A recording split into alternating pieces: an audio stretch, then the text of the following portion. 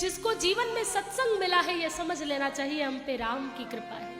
और जिसको जीवन में दुख मिले उस पर तो भगवान की विशेष कृपा है, क्योंकि अगर दुखों का पहाड़ न टूटता, दुखों से अगर चोट खाई न होती, दुखों से अगर चोट खाई न होती, तुम्हारी प्रभु याद आई न होती।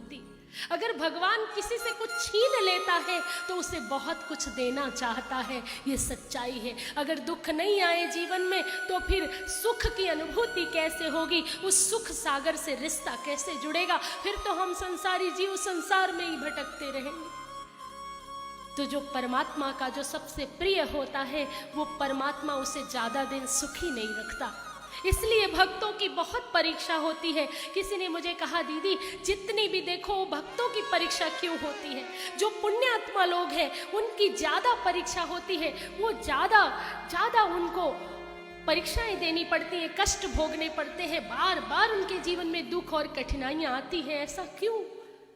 तो आप सब ने परम भक्त कुंती माता का नाम तो सुना होगा।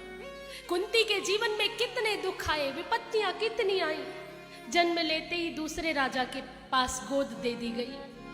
प्रथा से कुंती भोज राजा के पास पहुंची, कुंती बन गई। कुंती भोज राजा ने गोद ले लिया, अपने माता पिता से विलग हो गई। युवावस्था आई तो संत दुर्वासा ऋषि के प्रभाव से मंत्र सिद्ध कर लिया और सूर्य नारायण को बुलाया, तो बिना विवाह के बालक की प्राप्ति हो गई, कर्ण की प्राप्ति हो गई। अब लोक लाज समाज के भय से उस बालक का त्याग करना पड़ा। मंत्र के प्रभाव से बालक का जन्म हो गया और फिर उस बालक को नदी में बहा देना पड़ा, अपनी ममता को कुचलना पड़ा। उसके बाद जब विवाह हुआ तो पति पांडु रोग से ग्रसित मिला और उसके बाद पति दूसरी पत्नी माद्री को ले आता है, उससे विवाह कर लेता है। उसके बाद असमय युवावस्था में पति की मृत्यु हो गई। 5 नन्हे बालकों को पालने की जिम्मेदारी कुंती माता पर आ गई। फिर राजद्रोह, राज्य में दुर्योधन जैसा आतताई जो बालकों को सताने लगा, छोटे से भीमसेन को विष पिला देते हैं और दुर्योधन कितनी साजिशें रचता है। फिर राजपाट भी छीन लिया जाता है।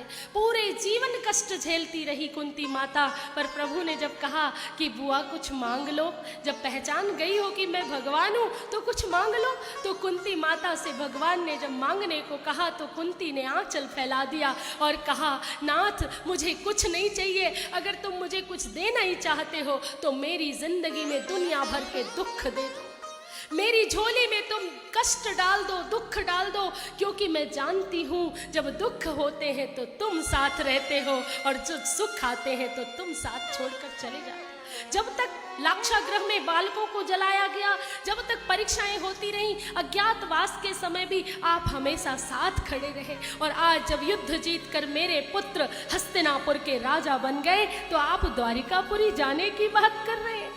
इसलिए मुझे पता चल गया कि दुख में तुम साथ रहते हो, सुख में तुम साथ छोड़ देते हो, इसलिए मुझे दुख ही दे दो ताकि तुम याद रहो।